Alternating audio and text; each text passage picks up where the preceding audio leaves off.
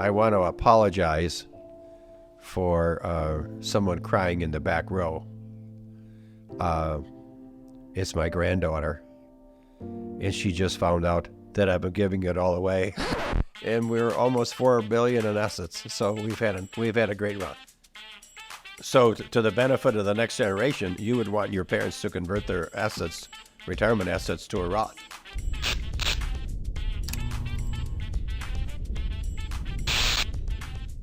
Welcome to Innovation Illuminated, a podcast where guest entrepreneurs and experts in their field of business share their experiences and knowledge learned through their journey in the business world. I'm your host, Hunter Pirak, and similar to these guests, I am also an entrepreneur. Today, I am joined by Jim Marshall, who is an entrepreneur and the founder of Spectrum Investment Advisors. The company has grown into 23 employees and oversees just under $4 billion in client assets. Spectrum has a great reputation for company culture. It has been awarded the following press: Best Places to Work for Financial Advisors in 2023, Milwaukee's Best and Brightest Companies to Work for in 2023, Top Retirement Planning Service Provider in 2023, Milwaukee Business Journal's Best Place to Work for in 2022, among other various awards. So as you can see, they have a great company culture that Jim has built there. I talked with Jim about how this was all possible and how he created and continues to nurture a great work environment. Jim is currently serving in the role of chairman and ambassador at Spectrum and has recently become an author. Through this episode, we discuss how he created the business, gaining clients' trust, and investment accounts options for both self-employed and employed people, along with talking about his recently published book, The American Tailwind, that ties Warren Buffett, who is an absolute mogul in the investing world, if you didn't know. We talk about him, so you'll get to know him throughout the podcast too, Warren Buffett. We talk about in the book that he ties Warren Buffett into military stories shared from Spectrum Investment Advisors' employees and relatives. I find that the investment world is super confusing and difficult to understand the terminology and whatnot of all these account names and stuff. So me and Jim really simplify it and break it down for the general listener to understand and comprehend what we're talking about. Please subscribe to us on Spotify and YouTube, as that's a great way to support the podcast. And please leave a comment on YouTube as who you'd like me to interview and what you're curious to learn from them. I will be reading all the comments. Thanks for tuning in to this episode, and I hope you enjoy Innovation Illuminated. Mr. Marshall, welcome to the podcast. Thanks for doing this, and thanks for giving me a tour of the place. And it was super interesting to learn about all those warriors and stuff that you have upstairs regarding your book that we'll get to in a little bit.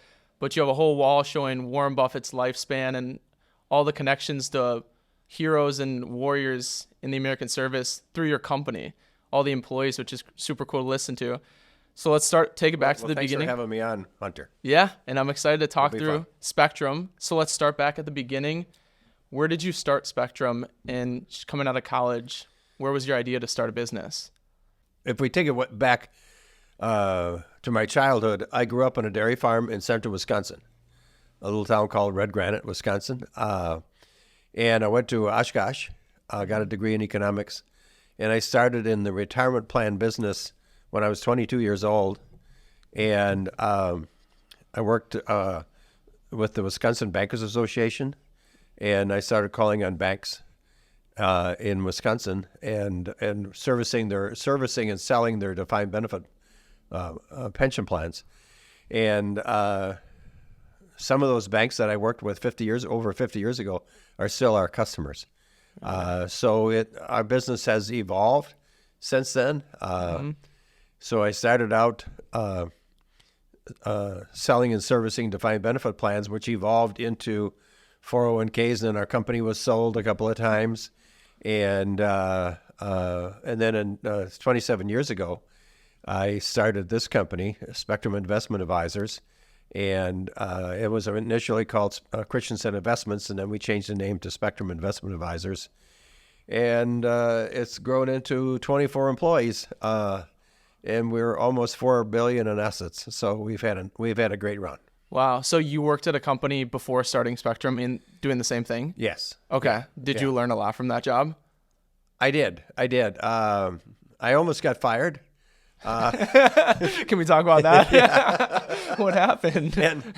And when I was right off the farm, and I'm selling retirement plans and health insurance plans, and my sales manager said he went to the boss that hired me, and he says, you know what, Jim's not working out.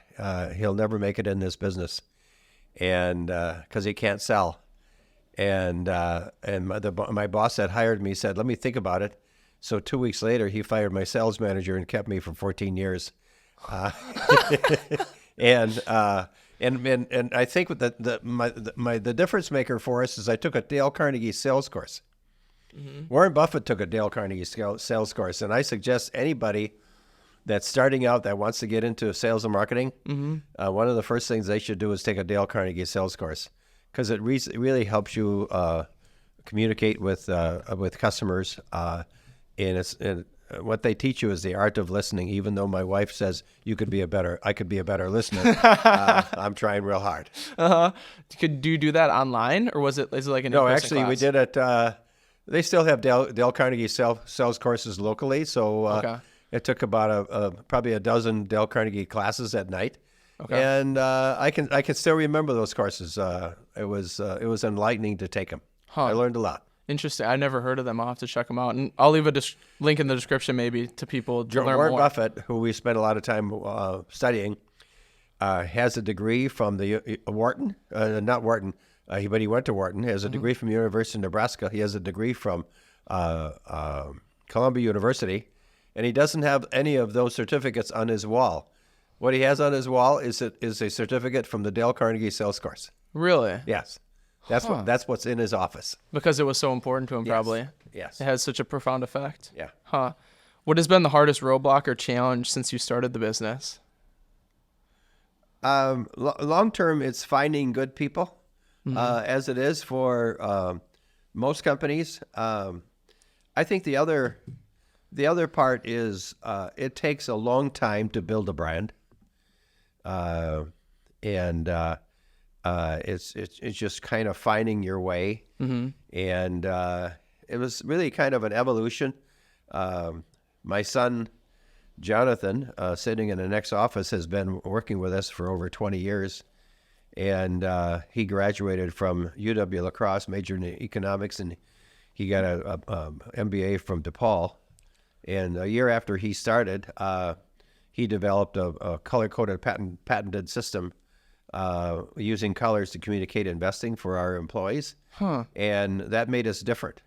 And I think that became part of our brand, which is why we changed our name to Spectrum.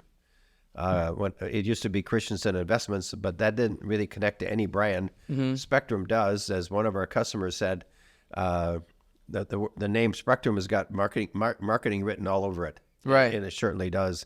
And we've been able to really use colors in everything we do.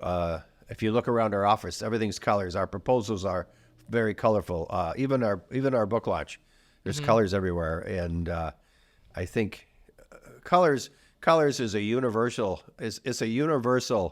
language that no matter where you are, even if you don't understand English, you understand colors. So that was the core of what we tried to do. How did you patent? Can you just patent a logo like that? We patented a system. Okay. And using colors, and we had a couple of, and it took 7 years to get the patent. So it wasn't even that wasn't that easy to do. But it made us different, and it differentiated us versus our competitors, and it's really helped us grow into a real stable advisory firm. Yeah, here in Mequon. And it differentiates yourself too. I know, like, I always think when I start a business or people starting a business should like pick a color or pick a font or something that makes them different, that's like unique to the brand. And you guys kind of did that, I feel like, with the logo. Yeah. And a lot of it is answer the question, how are you different? Mm-hmm. How are you different than the next advisor that comes in? And I think using colors helps people understand. People people can maybe take in information, but they have to understand what they just took in. And using colors, our tagline is "Colors Simplify Investing." Yeah. And using colors, the art of colors, people are able to understand it. And it doesn't matter what your education level is. You can have a law degree, or you can be a welder in a manufacturing firm. No matter what level you are, you can understand it. Huh. Interesting. Yeah. So it simplifies it, because I know a lot of investment, or especially advisors, so much is complex, and the customers might find stuff like hard to understand. Right. So that kind of simplifies it. So rather than try and make something, it's already complex, right? Yeah. Instead of making something complex, we try to make something that's complex simple. Okay. Yeah. Let's talk about, since we're talking about getting clients and making making things simpler for them to understand, how do you gain the trust of a new client? Because I'd assume that it'd be like the biggest deciding factor when somebody's deciding what financial firm or investment advisor that they want to choose. How do you gain their trust? Part of it is you have to earn the trust, and it takes time to earn it. And one of the things that we were fortunate to do is we have been the advisor for the Wisconsin Institute of CPAs 401k plan for the last 30 years. And we do a seminar. We've done a seminar for close to 20 years with the Wisconsin Institute of CPAs. And we have speakers from all over the country come in and do that seminar. That seminar usually gets about 250 to 300 attendees. And we bring in an economist, or we bring in a motivational speaker, and people look forward to the next year. And I think doing things like that is a way of earning people's trust. And part of the trust is we built this building 12 years ago. Because I think when you're in the investment business, people will look at you and say, well, are you going to even be around in business in the next 10 years? Yeah. Well, we own this building. We built it 12 years ago. And so we're in this for the long haul. And part of our building, what helps our trust is our tenant is the Mequon-Thiensville Chamber of Commerce on the end of the building. Oh, gotcha. So just being associated with the Chamber of Commerce in a town of 22,000 people doesn't hurt you. And we have our coffee house in the front of our building. We've hosted probably over 100 events in our coffee house, and a lot of them are Chamber of Commerce events, including a holiday party that we've done here 12 years in a row. Oh, wow. Okay. Going back to the trust, I wanted to ask a question about like starting the business. How did you, because it's easy to gain the trust of people once they see that you have this building and that you've been around for up to many years, or how many years. How did you gain the trust, like the first few customers? Were they like friends and family, or how did you get your first few customers to give you their money to start investing? And it comes back to the company that I started with 50 years ago, working with the Wisconsin Bankers Association. So we had, at that time, we probably had 75 customers back then, banking customers. And when through the evolution of my career, we have been able to hang on to close to 40 of those customers, 35 or 40 of those customers, and they've been with us for 35, 40, 50 years. Wow. And so I think, and it's all financial institutions, and those financial institutions gave us the core of our business. And I didn't initially sell them. I serviced those accounts, and then I eventually sold quite a few plans since then. But that gave us the core, the starting place to build our business. And I think one of the things that anybody, when they're starting out, is if whatever career you pick, if you can parlay the initial year. So we were able to parlay the contacts that we had 50 years ago. And we've got 3 or 4 of our customers that are on the 3rd and 4th and 5th president, and we're still the advisor for some of these companies. Huh. So we were able to, year after year after year, earn people's trust, and from all those financial institutions, we were able to get into professional organizations, attorneys, and so forth. We were able to get into manufacturing firms, but you have to start somewhere, and it basically started with the banks.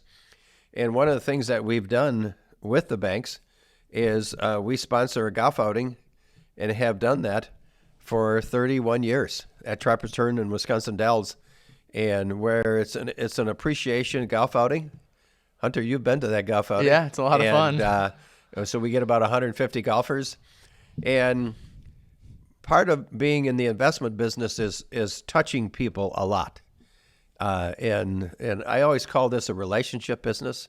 It's investing, but it's also a relationship business, where people, like you talked about trust. People have to trust who they're working with. They have to trust, and when they give people some of their assets, family assets, they have to really trust them to do the right thing. Mm-hmm. How do you continue to foster the relationship to continue it? I know you do the golf outing once a year, which is cool to get the banks involved or whatnot and sponsors and stuff.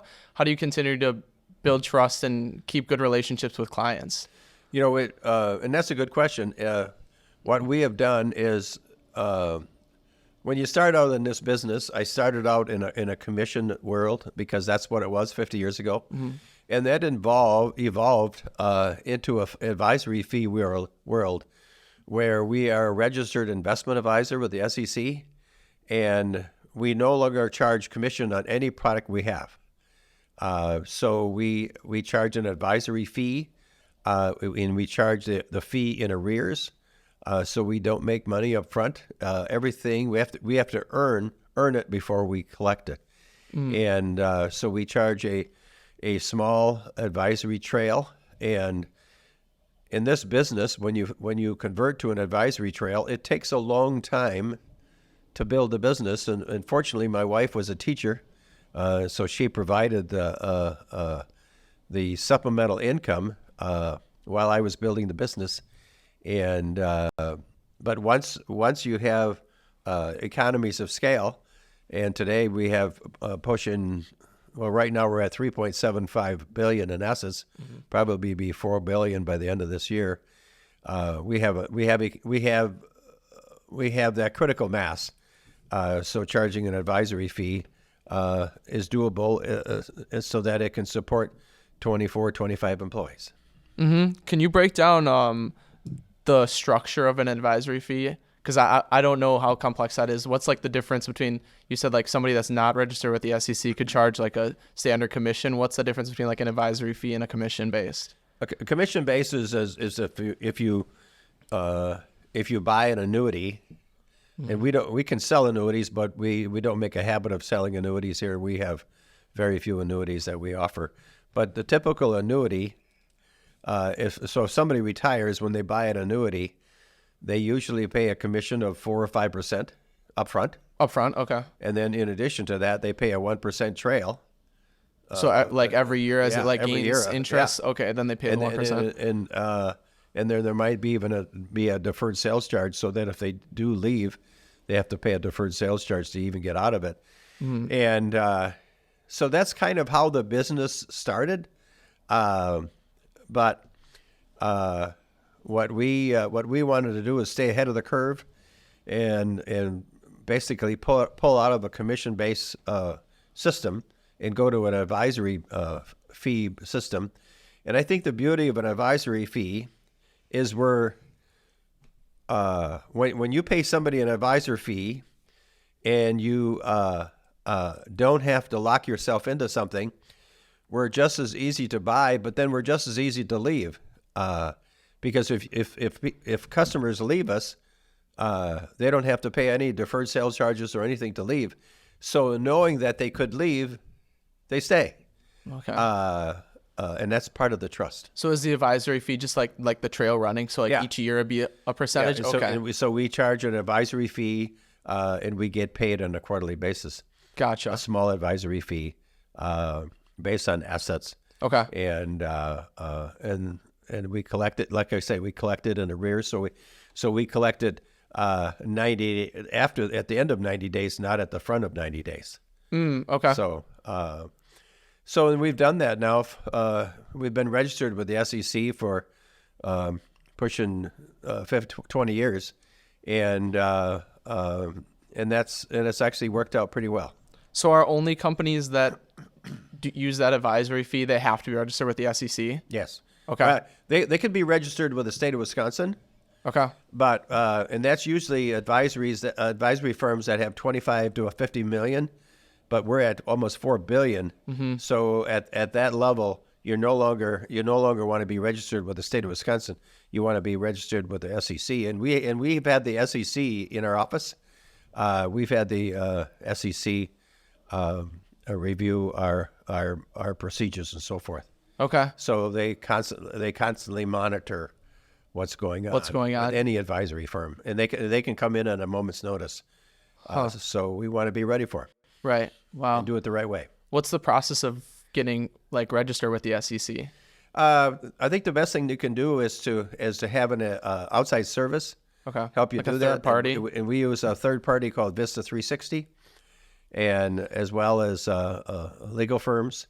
But the Vista 360 specializes in compliance work for advisory firms, and working with them, they gave us the track to run on to register and do it correctly. Because they've done it before, probably, for Yeah, for previous other advisors. firms. Mm-hmm. Okay. Gotcha.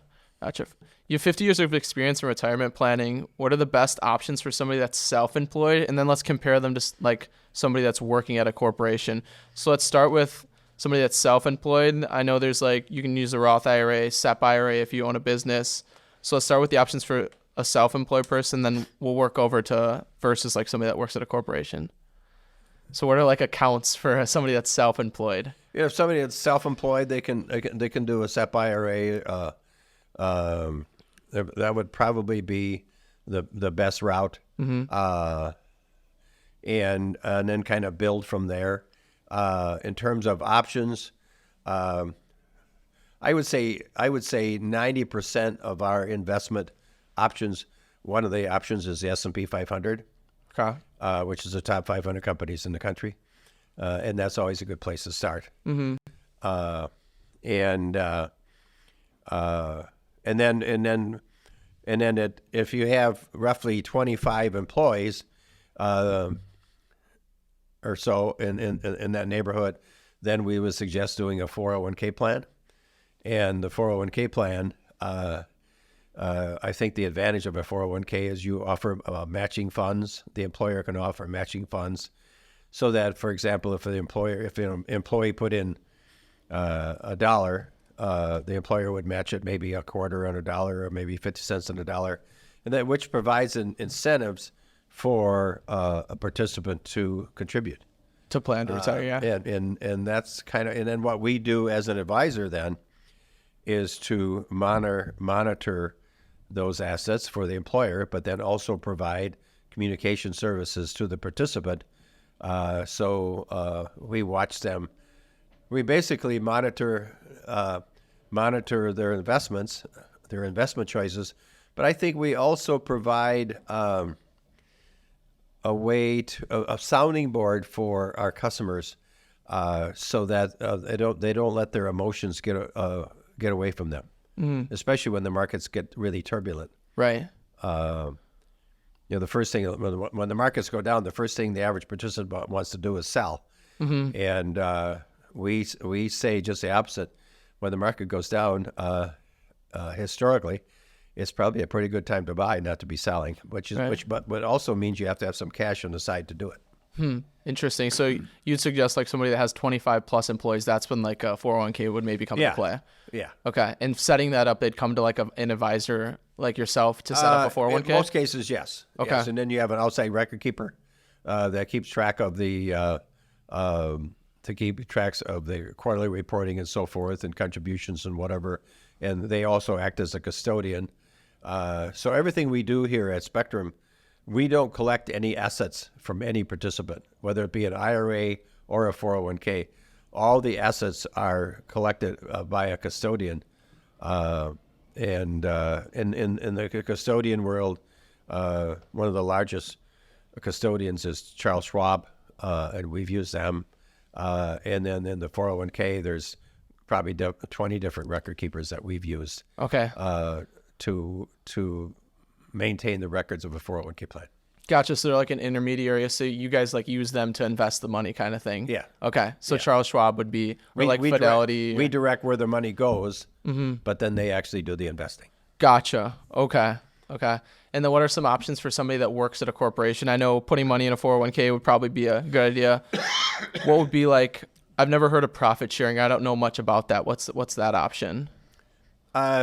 Generally, what customers will do is they have a 401k matching option, and that's kind of the core of a 401k plan. So, and typically, if an employee puts in 6%, the company will come back and match it 50 cents on a dollar. So if the employee puts in 6%, the employer would put in 3%. That's a typical matching program. But then in addition to that, you also have a profit sharing program that you can add to that as a supplement to the 401k plan. And it is based on the profits of the company. So at the end of the year, you can say, hey, we did pretty well, so let's kick in another 3 or 4%, or let's not do anything this year because we didn't make a profit, or this profit was too small. But it's a way to add an extra kicker to a 401k plan. Okay. And so a 401k, I need to understand this better. So like, I thought the company had the 401k and you just have to like go to your company and be like, hey, I want to contribute this. Like the 401k would be like here with you guys and the company would choose you. And so the customer would have to come here to contribute. Is that kind of how it works? Actually, the customer, we go to the customer. Okay. So we service 401k plans in 33 states. So we have roughly 160 some 401k plans and 150 to 160 401k plans. So we will service all of those 401k plans on site. The customers have the option to come here, but in 95% of the cases, we go to the customer. On wealth management, it's I would say most of our wealth management customers come to our office, but on the 401k side, we will go to them. Our largest customer is in Atlanta, Georgia.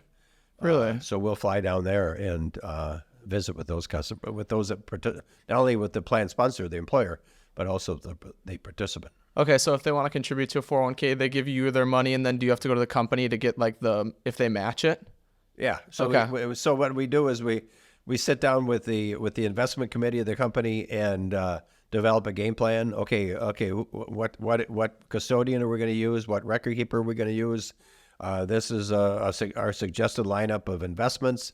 Are you okay with that? How about your matching funds? What are you going to do there? So it's really developing a game plan for your retirement plan. But once we have that with the employer, from there we go to the participants and communicate it to the participants. So we do employee meetings, and then we follow up with our employee meetings doing one-on-one investment advice for as many participants as we can. Okay, so is it the same thing for those 401ks that there's an advisory fee associated with that, or does the company just pay like an outside source, like an advisory like yourself, to come in and set up the 401k kind of thing? In most cases, on a 401k plan, we collect an advisory fee, but it's usually paid out of plan assets. What does that mean? So the plan sponsor, once in a while, we'll have a few plan sponsors that the employer will actually pay the advisor fee, but in most cases, the advisory fee is paid out of the 401k plan assets themselves.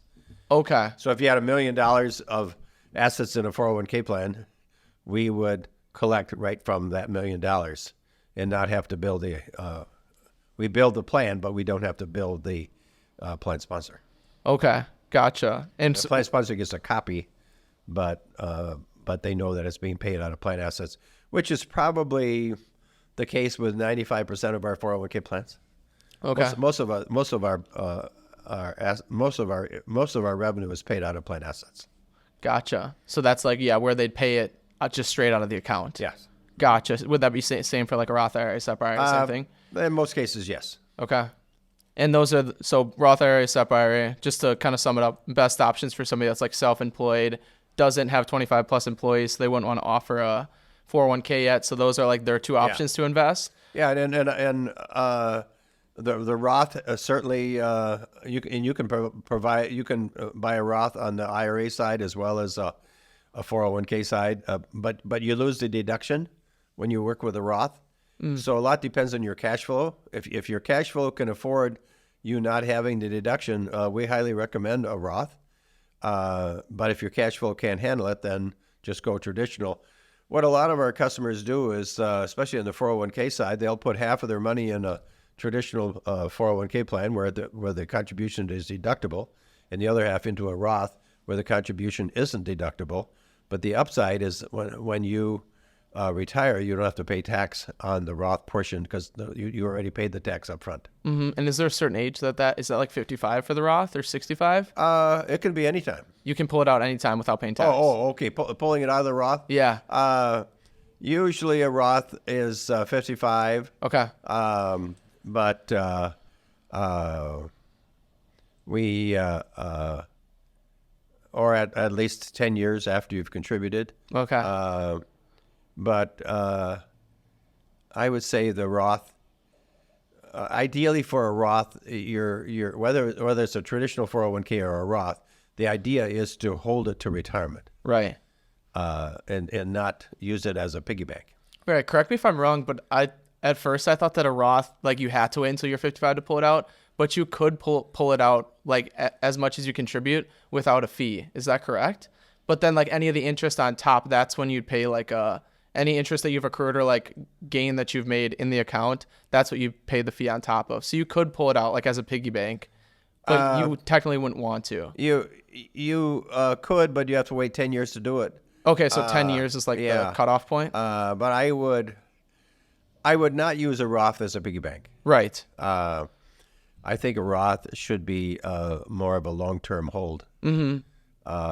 And what our astute investors do is when they retire, they will start converting a lot of their assets to a Roth, which means that their heirs don't have to pay the income tax. They've paid the income tax. Just explain that again. My mind isn't comprehending it. So we have some customers that when they retire, they'll have a lot of money in a traditional 401k plan. Okay.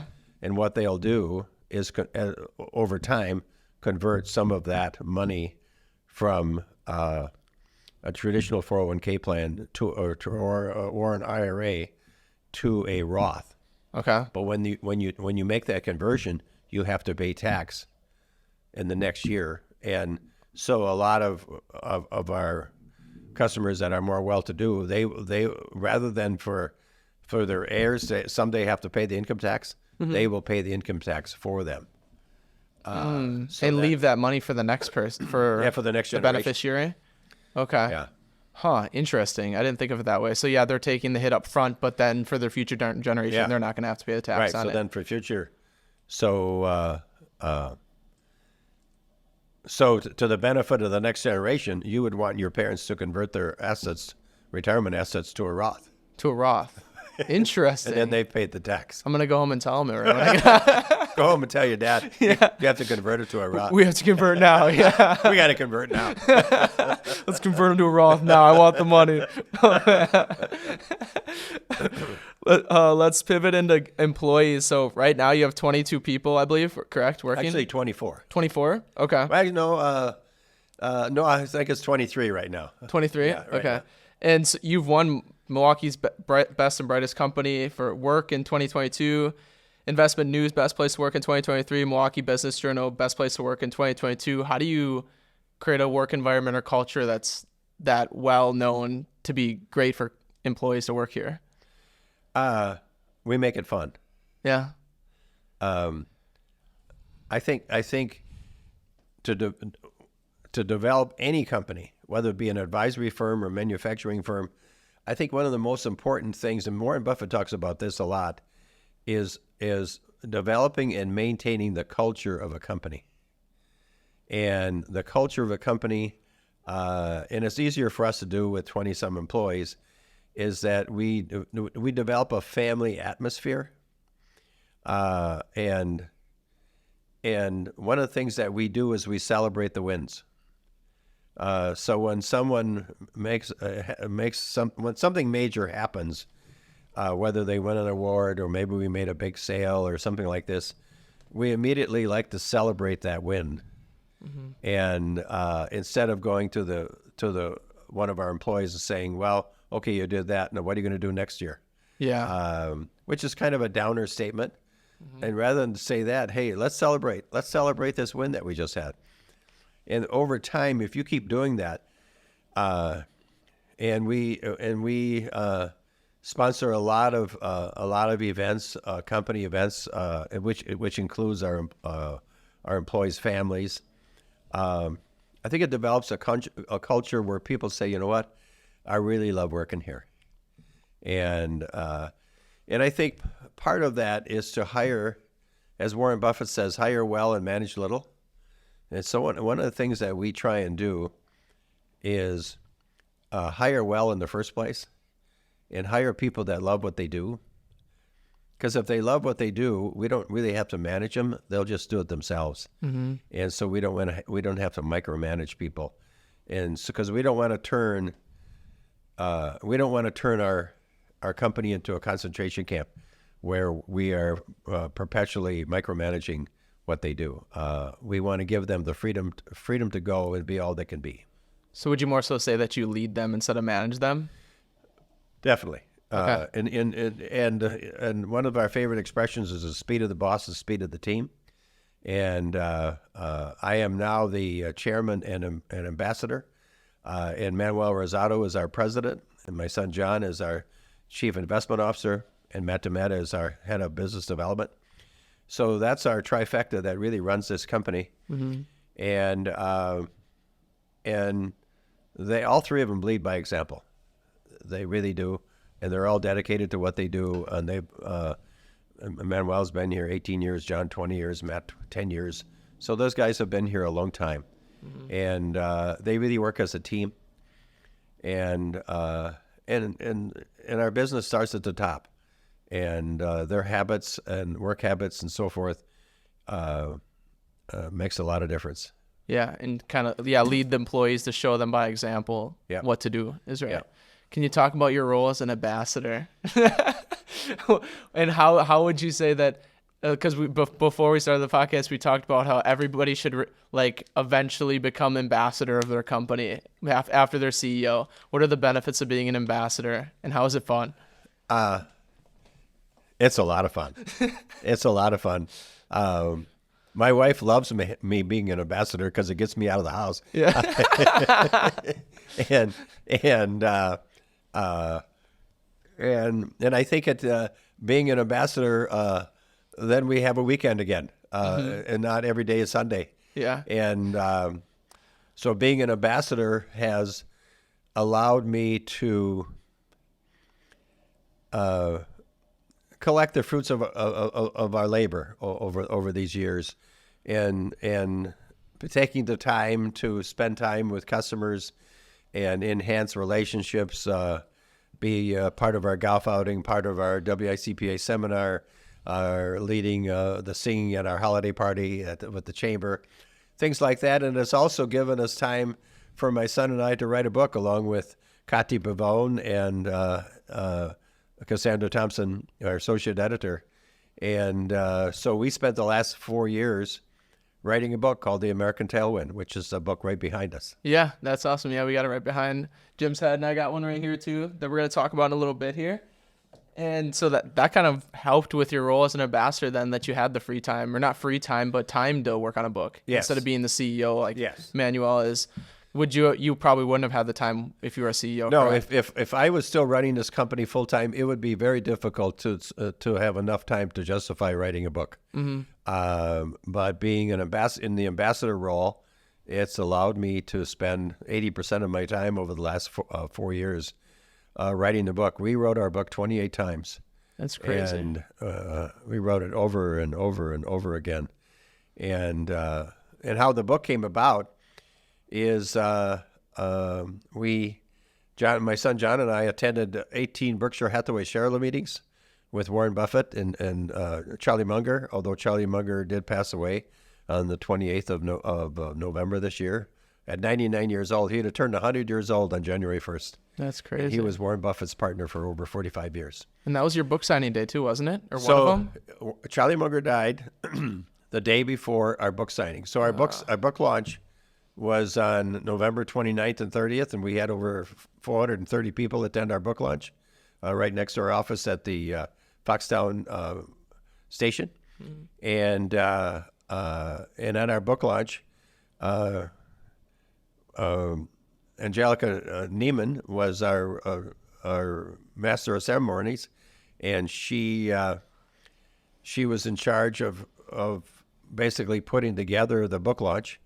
And we started out the book launch singing the national anthem, and we ended the book launch singing "God Bless America" with flags a waving, and we had Heather Mader from the Port Washington State Bank lead the singing, and we had the Acuity flag blowing on the screen in the distance, which was pretty cool, with a flyover right through the flag, which was pretty cool. Oh, yeah. Yeah, I remember that. I was actually at the book signing, and it was super, like you said, patriotic. You guys had little sliders with the flags stuck in them, handed out flags, and everything was super patriotic, like Warren Buffett is. Yes. Yeah. Warren Buffett is 93 years old, and he's a fascinating man to study. And in going to 18 Berkshire Hathaway shareholder meetings, we always did a newsletter. In over 18 years, we did 14 different newsletters, and we collected over 500 questions that were asked of 40,000 shareholders at the meeting of Warren Buffett and Charlie Munger, and what their answers were. So we took of those 500 questions, we took the top 150 and we put them in our book. And that's one of the core sections of our book, is listening to answers from by Warren and Charlie of questions that shareholders would ask. And they would ask about life as well as anything else. And one of my favorite all-time questions is, Mr. Buffett, what investment advice do we give our children? And his answer was, tell them to marry well, and tell them to marry up, and hopefully they're lucky enough to find somebody that's willing to marry down. and it is really good investment advice. And one of the other things he says is, read all you can, as much as you can, as early as you can, and what you've read, take action on what you've read. And so Warren Buffett is a big reader. He read all the books in the local public library by the time he was 11 years old. And his dad was a stockbroker, so his dad got him in the investment business early on. He was in his dad's brokerage office when he was 7 or 8 years old. Really? And that's kind of how he started. Wow. Huh. What goes on at those shareholder meetings every year? Is it just shareholders, they get to ask questions? Is that kind of like the gist of what goes on? Yeah, and you usually get about 600 people from foreign countries at this event. So people from Europe and China and everywhere else are asking questions of Warren and Charlie. And all the questions are unrehearsed. The average Fortune 500 company, they usually rehearse the questions and rehearse the answers. With Charlie and Warren, fire away. Yeah. Whatever you have. Unfortunately, this year, Warren's going to really miss Charlie Munger. And I'm sure they'll do a big tribute at this year's Berkshire Hathaway event. We've already reserved rooms to attend our 19th consecutive Berkshire Hathaway shareholder meeting, which this year will be without Charlie Munger. Yeah. Dang it. So is it invite only, or do you just buy tickets for this event? You need to be a shareholder.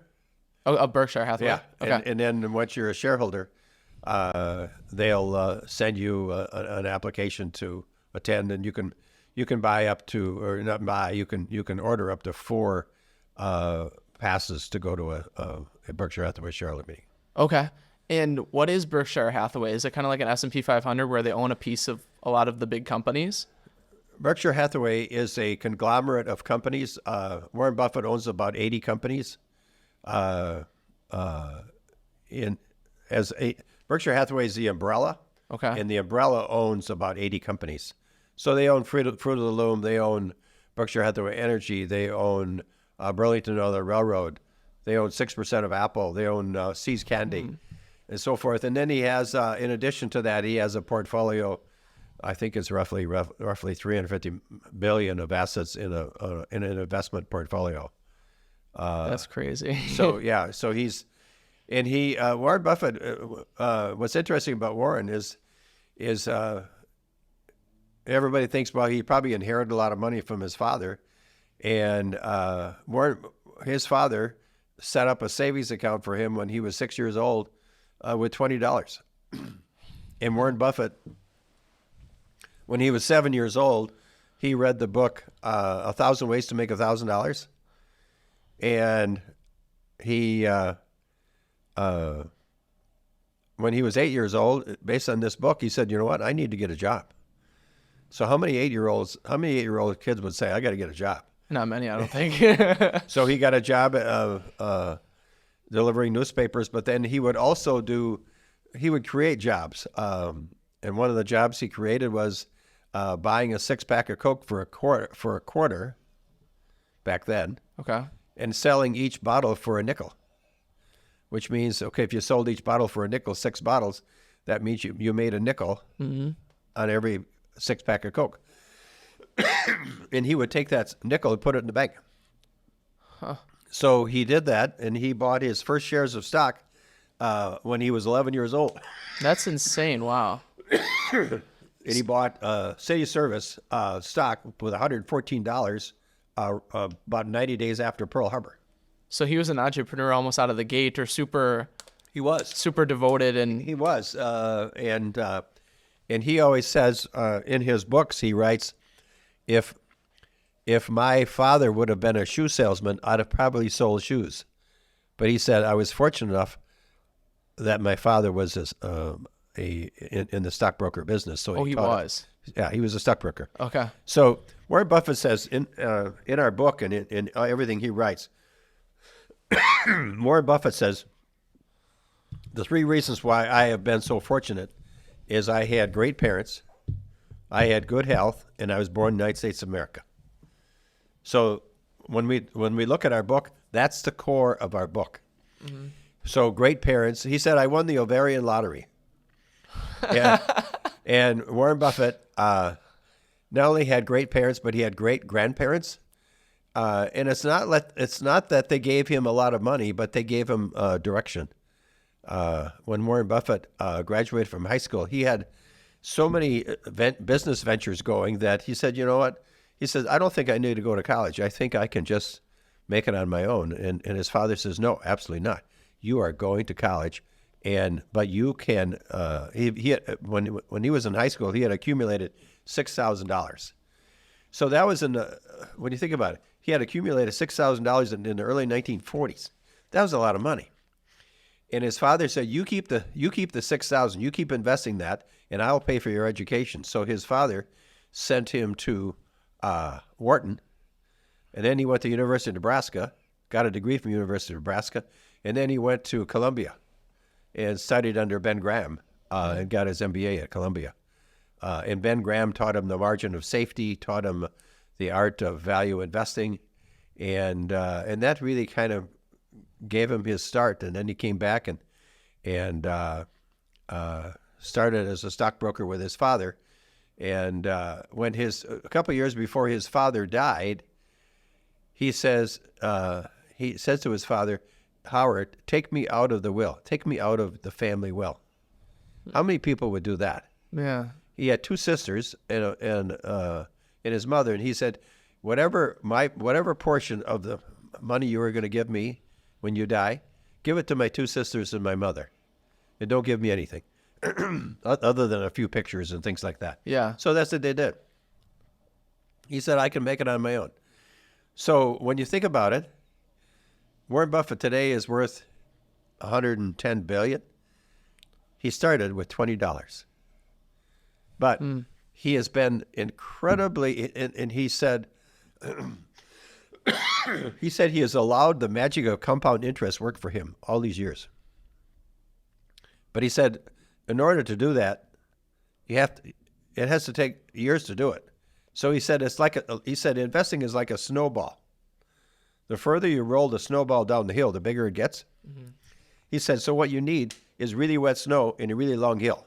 That's a good analogy. Yeah, I guess once you get the ball rolling and you need to start somewhere, you're not going to be able to build a snowman if you don't start with a little ball. Right. And He started with the $20. He started with $20, and then he first investment was $114, and then when he was in college, he started working for Ben Graham, and Ben Graham was the chairman of Geico. So by the time he was senior in college, he had accumulated that $6,000 that he had became $10,000, and he took 75% of that $10,000 and invested it in Geico stock. So when he was 22 years old, he got married to his wife, Susan. Mm-hmm. And Susan said, let's take the $10,000 and buy a house, which is kind of natural for a young couple.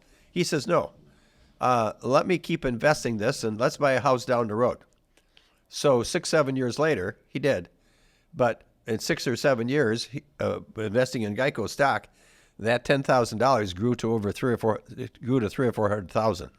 Wow. And he took 10% of that money and bought a house for $31,500 that he still lives in today. That's crazy. So Warren Buffett has kept his living expenses really low. Does he have security and stuff at the house, do you know? Because I feel like how could you still live at that house being himself as big as he is today? He has security all over the block. He has security in the whole block. Okay. But I've been by his house. It's an English Tudor house, very unassuming. I'm sure it's been remodeled a dozen times, but he's not one to invest in a lot of fancy houses. He said, "I don't know if I would be any happier if I owned a dozen houses." What he is happy as he said, "I skip to work," and he loves working at Berkshire Hathaway, which is only 14 blocks from his house. Huh. Interesting. And he's done that his whole life. And he's happy. Very happy. That's all that matters. Yeah. Who needs a big house? Very and happy. Crazy car when you're happy, skipping to work every day. Yeah. And in the end, he's going to give away 95% of his assets. He told a joke 12 years ago. He told a joke at his. It wasn't a joke. It was a story. And as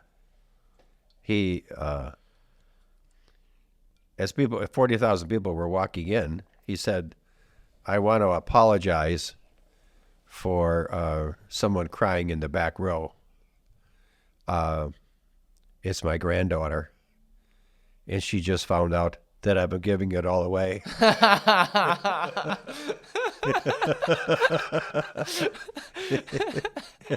That's how he started the meeting? That's how he started the meeting, okay. And the crowd just roared. I'll never forget it. That's a good one. Oh, man. They should have pumped in a screaming noise in the background or something. Right. It's like, oh my God, Grandpa, don't do that. You're giving it all away. But he said, but his belief is give your kids enough to do anything, but not enough to do nothing. And so if your children, if your children end up inheriting too much money, they lose their incentive to grow themselves. And he's seen too many people that have been spoiled by way too much money. Yeah, and they're not happy. So yeah, and what he talks about with money is because he and Charlie talk about that, and they're asked questions about this. Can money? One of the questions that was asked is, can money spoil children? And Charlie and Warren kind of answered it the same way. They said, it's not the money that will spoil the children; it's the behavior of the parents. Mm-hmm. If your parents don't behave and live maybe beyond their means and so forth like that, that they become teachers to their children, and sometimes in a negative way. So they're very astute on raising children. Huh. And his in our book we talk about he has 3 children. He has 2 daughters and a son. And one of and he never really let, as the kids were growing up, he never really let on what he did. And his daughter Susan, she was in fourth grade or something, and her brother told this story. She was in the fourth grade, and the teacher went around to all the kids and said, what does your father do? And at the time, her father was a security analyst. So she didn't know what that was. So she said to the teacher, my father is a security guard. A security guard. Warren the security guard. And she didn't know that he was anything different than that until a newspaper reporter came to the door and started asking her questions about their father. And pretty soon the kids are going, holy cow, he's not a security guard. Yeah. He's an entrepreneur investor. And instead of the reporter asking the questions to the kids were asking the questions to the reporter. What is my dad?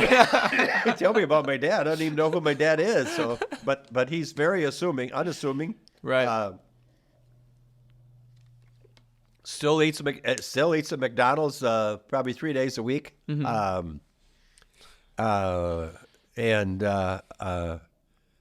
Just a neat guy. Oh, just an all around neat guy. Be a great guy to have as a neighbor. Right. Yeah, and he's very, very frugal and good at saving. Like you said, that he made $6,000, or he had $6,000 in college. Like a lot of people would spend that money. He saved it. He did. He made it and saved it. He did. Which is very important, I think. Yeah. Well, let's take a quick break, and then we'll get into more of the book. Okay, sounds good. I would like to take a quick minute to talk about this episode's innovative product. I'm big on saving time and money, and this product does just that. It's called the Easy Fade Clipper Guard. So instead of having to go to the barbershop and get a fade haircut whenever you want one, this guard, you can easily do a fade haircut at home. So normally how a fade haircut is done is that the barber goes from a 1 guard or a half guard up into probably like a 3 guard. So continually switching out guards to blend the hair into a fade. The Easy Fade Haircut Guard has eliminated this need and allows just 1 guard to do the fade haircut. For the audio listener, there's a ring on the side of the guard, and as you work your way up the head, you can slide the guard so that it extends it and cuts the hair at longer length as you go up the head. This is a super interesting product, and I've actually been using it for a while now, and it just makes it so much easier that you don't have to go to the barbershop and keep spending money and time on getting your hair cut when you can easily just do a fade haircut at home or do it on yourself with this guard. It just makes it so much easier. Check it out at easyfadeco.com and enter promo code InnovationPodcast at checkout for 20% off your order. That is the letter E and letter Z, fadeco.com. And you can find the link in the description if you don't want to type that in to make it a little easier for you. Now back to this episode. All right, we're back from the break. Let's talk about the American Tailwind, the book that Jim and his son John actually wrote, along with Kati Pavone. Yep. Yeah, which is super interesting. And what was kind of the writing process, or who inspired you to write the book? You know, like I said, it went back to attending 18 Berkshire Hathaway shareholder meetings with Warren Buffett and developing all these answers to all these questions that were asked by shareholders of Warren Buffett and Charlie Munger. And then along with that, we gave a scholarship to Kati Pavone, who graduated from Germantown High School locally. And when the night of the scholarship, Kati asked me for an internship, and I said, yeah, I think we have something available for you. And she ended up graduating summa cum laude from Loyola University, and today works at Morningstar. So when I the first day when she was here, I gave her an 800-page book called Snowball, and I said, read this. It is basically Warren Buffett's life, and when she did, she said, you know what? I think I could do a mural of Warren Buffett's life, and so we did. So that summer, she did a 33-foot long mural of Warren Buffett's life, with the core of the mural being I had great parents. I had good health, and I was born in the United States of America. So he was born on August 30th, 1930. So that's the front part of the mural, and the last part of the mural is we write that the two most coveted words in business today is sincerely Warren. And so it's kind of like This Is Your Life, Warren Buffett. So in the book, we have a picture of the mural, 33-foot long mural, and then we chopped up the mural into 10 to 15 year segments, and then we kind of talk about his life. When he met Charlie Munger, when he went to Columbia University, when he met his wife Susan, things like that, and then along with that, so now we had a mural, and 6 years ago, my son Jonathan married Laura Needler, and the morning of the wedding, I'm talking to Laura's father, Jack, at the hotel in La Crosse, and he started telling me about the Needler family that came over in the 1600s, and 7 of them fought in the Revolutionary War, and 6 of them fought in the Civil War, and a bunch of them fought in World War I and World War II, and I'm filling out napkins, and I'm going, holy cow, this is really good information. Yeah. And so after John married Laura, I'm thinking, I said to John, you know what? Laura's family is so interesting. We should frame her story. So we did. So we did 7 frames of pictures of her family from the Revolutionary War all the way to World War II. And Laura today and her sister Jenny are members of the DAR, Daughters of the American Revolution. And when my brother Ron saw that, he goes, you know what? Now that you've done this for Laura and her family, and which was basically 20 stories of 20 soldiers, my brother Ron says, why don't you do this for all your employees at Spectrum? So we opened it up 3 years ago. We opened this whole thing up to all of our employees, our 20-some employees. So they did. So everybody raided the cardboard box in the attic. So everybody has a cardboard box in the attic, especially if it had to do with any soldiers in a family's life. You never throw that information away. You just kind of store medals and newspaper articles and whatever in some cardboard box. So everybody pulled out their cardboard boxes. And so what we did is John and I, with Kati, developed 60 stories of 60 soldiers related to our employees from the Revolutionary War to Afghanistan. And we framed each story. And once we had all those frames on the wall, Chris and Mary Domes came in, and they're a long-term customer of ours and good friends. And Chris is the president of Newman University in Philadelphia. And so they were looking at the Warren Buffett wall along with all the soldiers, and they both looked at me and said, Jim, you should write a book. And that was 4 years ago. And I said, John, let's write a book. So we did, with Kati Pavone's help and also Cassandra Thompson. And we had a few other people from our company that were involved in various internships through the years that helped us with the book. So it took 4 years to write the book. We wrote the book 28 times, and it was over and over and over again. And we had we selected a publisher, Kristen Mitchell from Little Creek Publishing. Mm-hmm. And Kristen, when we were almost done with the book, I said, Kristen, what do you think of this book? And she said, I read 200 manuscripts a year. I reject 90% of those manuscripts because most people write about themselves, and frankly, it's not that interesting. Mm-hmm. She says, so I only publish about 15 or 20 books a year, but I only really get excited about 1 or 2 books a year. And yours is, and of the 2 books this year, yours is one of them. Wow. And I would say not only has she been excited about our book, but she continues to be excited about our book. And we've actually, I think our book cover has gotten some good mileage, and we have applied for a Ben Franklin Award for our book cover. But our book cover includes the American flag. Mm-hmm.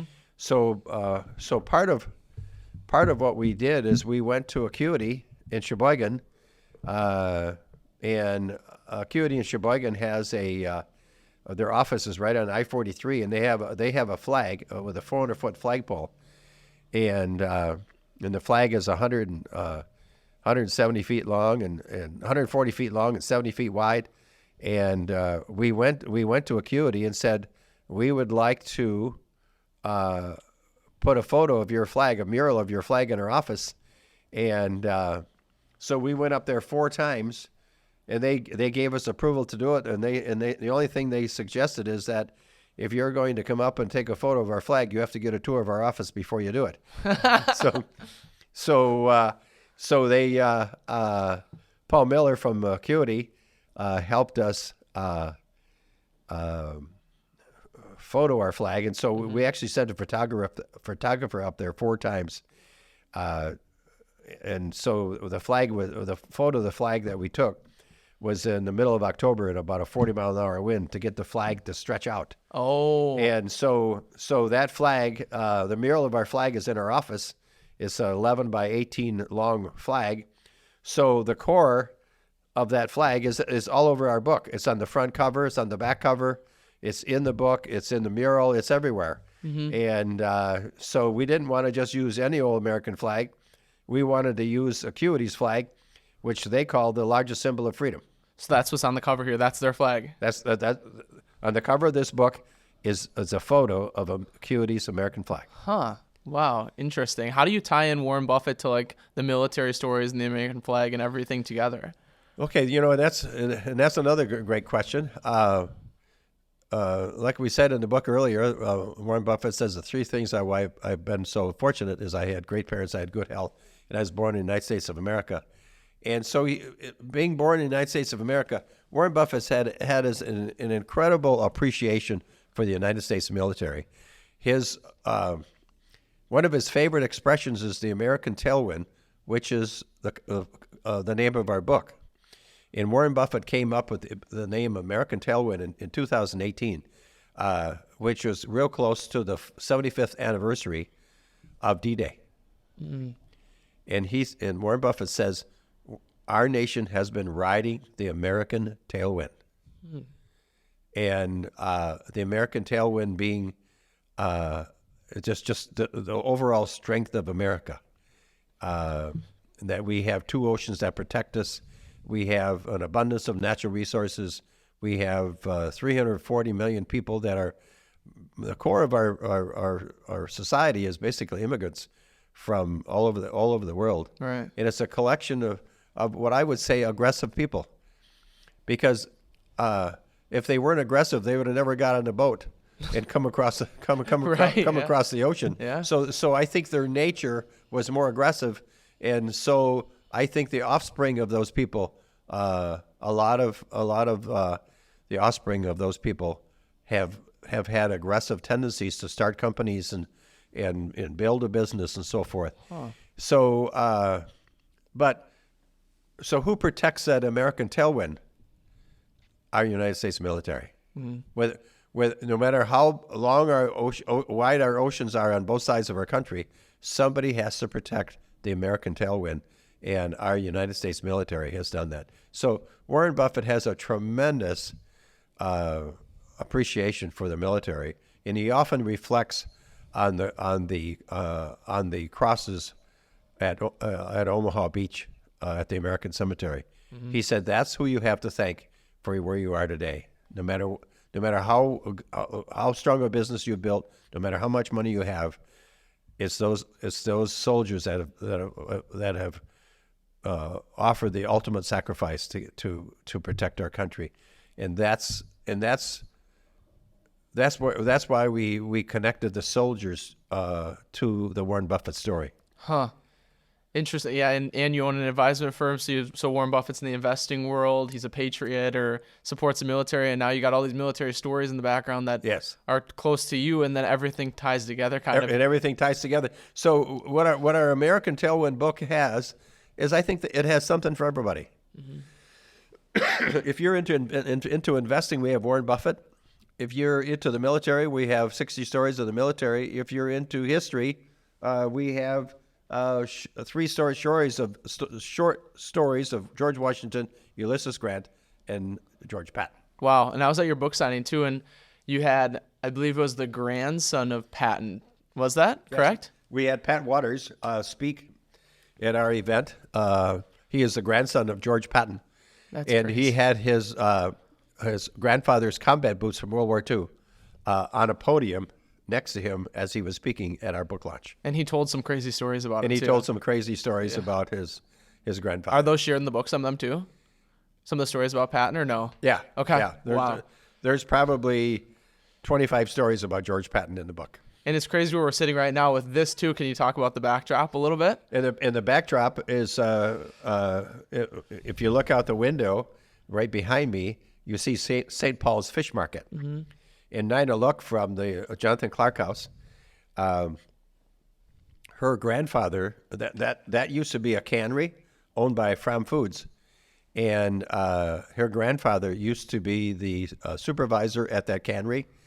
And when George Patton beat Rommel in the North Africa, all those prisoners, Rommel's prisoners, were sent back to the U.S. because England didn't want any more prisoners. They had enough prisoners, so the prisoners were sent back to the U.S. They were shipped to Texas, and then they were sprinkled all over the country. And we ended up with like 30 camps that had Rommel's prisoners in the state of Wisconsin. And 2 camps that were local one was at Mitchell Field, the other one was at Rockfield near Germantown, between Germantown and Mequon. Mm-hmm. So the bottom line is 12 of those Rommel's prisoners worked at the cannery across the street, which is today St. Paul's Fish Market. So when Mequon developed the development with Cindy Schaefer across the street, it's the St. Paul's Fish Market is really a historical building because some of Rommel's prisoners worked at the St. Paul's Fish Market building, which is a great story for the city of Mequon. How crazy is that? When did you find out about that recently? Actually, Nina Look did a manuscript, and she gave me a copy of her manuscript as we were writing the book. In fact, we write about that story in our book. Huh. For the audio listener, it's like a building that's out back of Jim right now. It's just a brick, tall building, and it used to be a cannery, and POWs worked at it. Which today serves great fish. Yeah, right. Really, really good fish. Yeah, totally. How much like documents and research did you have that went into the book? I know you showed me like the cardboard box bin. That's just a compilation of like everything that you studied, and you cite a lot of the stuff in the book, correct? All of it's cited in the book. We have about 680 citations with page numbers, but between Warren Buffett and the soldiers, we use a collection of 103 books. Wow! And we read them with highlighters.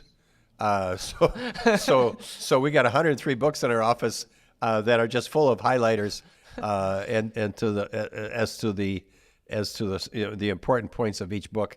So it was a compilation of the cardboard box and interviewing our employees, along with reading the resource from 103 books, and putting all that together, which is why it took 4 years.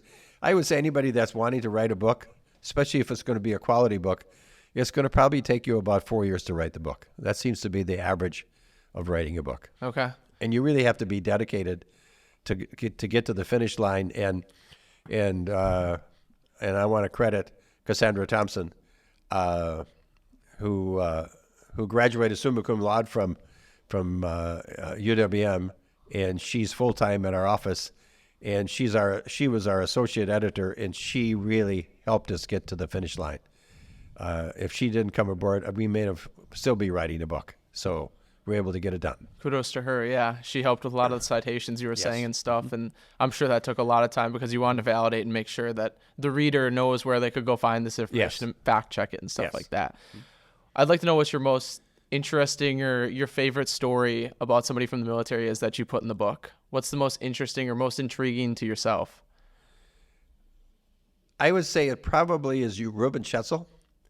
And Reuben Schetzel was from Germantown, Wisconsin. He grew up on a farm in Germantown, and he was an MP in England. And 3 weeks before D-Day, his commander said, "Reuben, where are you from?" "Germantown, Wisconsin." "What'd you do in Germantown?" "I grew up on a farm." "Did you drive a tractor?" He says, "Yep." "Then you're going to drive a tank." So Reuben went from being an MP to being a tank driver like in 3 weeks. And so he was there was 80 some tanks at D-Day that day, and he was one of the tank driver, the Sherman tank drivers that drove off the ships.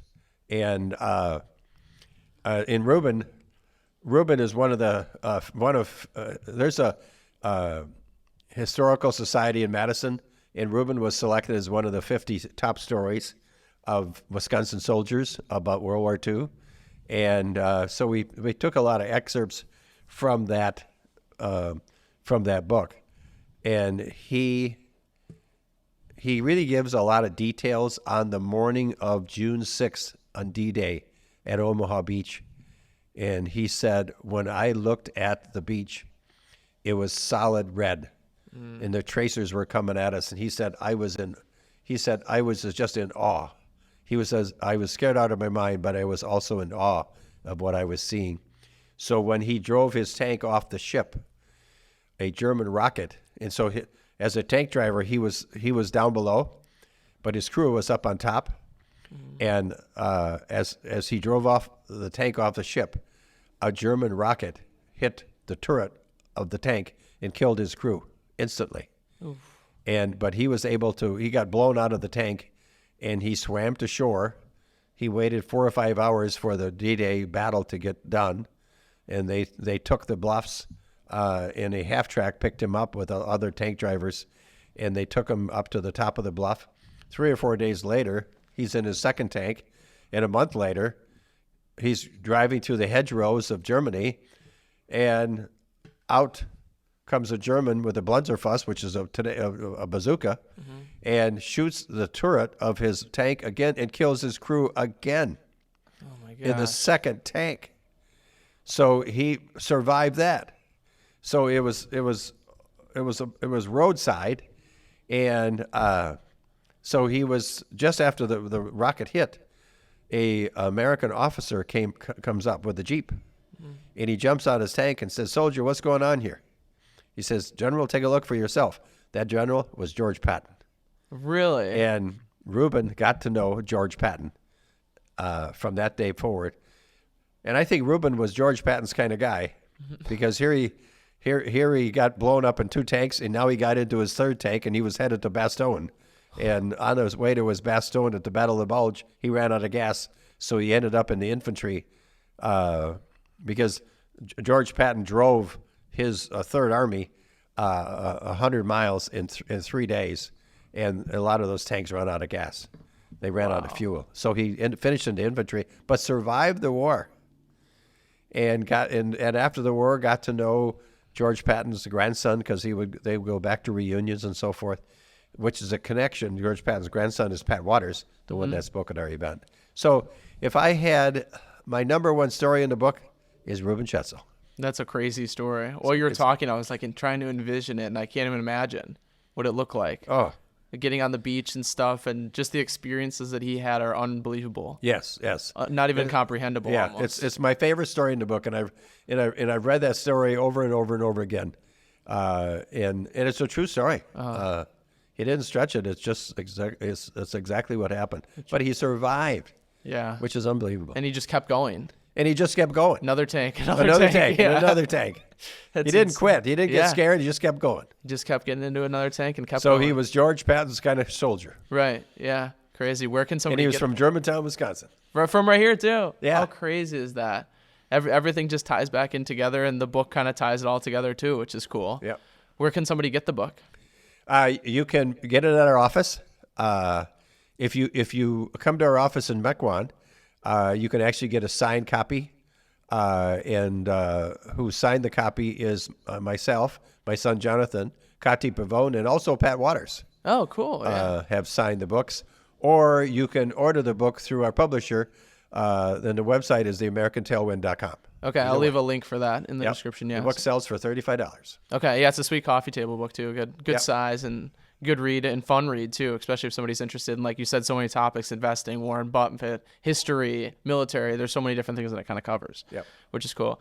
Let's get into the speed cast now. Okay. So we're gonna do each question. You're gonna have a minute to answer. We're just gonna try to speed them up. So they're gonna be quick questions, quick answers. So yeah, take a sip of water quick. So Take a sip of water. yeah, so then we're ready to rock here.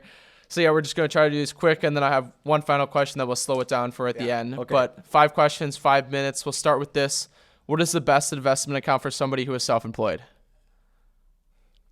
I would say the S&P 500. Okay, best thing for them to invest in would be S&P. Yeah. Awesome. What is your favorite hobby? Golf. Golfing. Okay. What's your best score in that? Second question. What's My best score? Yeah, best score in golf. 87. Okay. I'm a mediocre golfer, but I enjoy the sport. There we go. All right, next question. What is the largest percentage gain that you've exited on a trade that you can recall?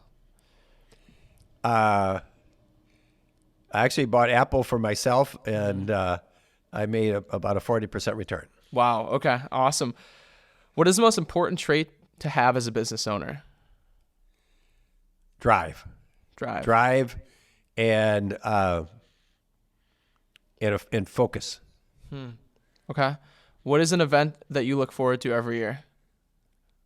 Our Spectrum Investor Golf Outing at Trappers Turn in the Dells.